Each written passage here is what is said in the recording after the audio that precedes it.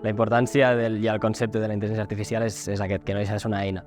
Llavors, la idea és poder fer-la servir com una eina i adaptar-nos a ella i evolucionar amb ella, com hem fet amb internet i amb altres transformacions digitals que han passat durant la història de la humanitat. No ens hem de frenar i no hem de quedar-nos a darrere, perquè els nostres competidors i la nostra competència s'adaptarà a aquestes eines i aquestes persones seran les que realment ens trobaran la feina, i no la intel·ligència artificial com a tal.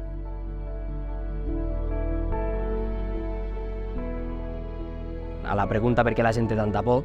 jo crec que és sempre perquè no acaben d'entendre el que és amb el que estan treballant. Jo treballo amb una eina amb intel·ligència artificial i parla com jo, i em contesta com jo, i parla com un humà que hi ha al darrere. I això és una mica l'interès d'entendre aquest tipus d'eines, perquè aquestes eines al final,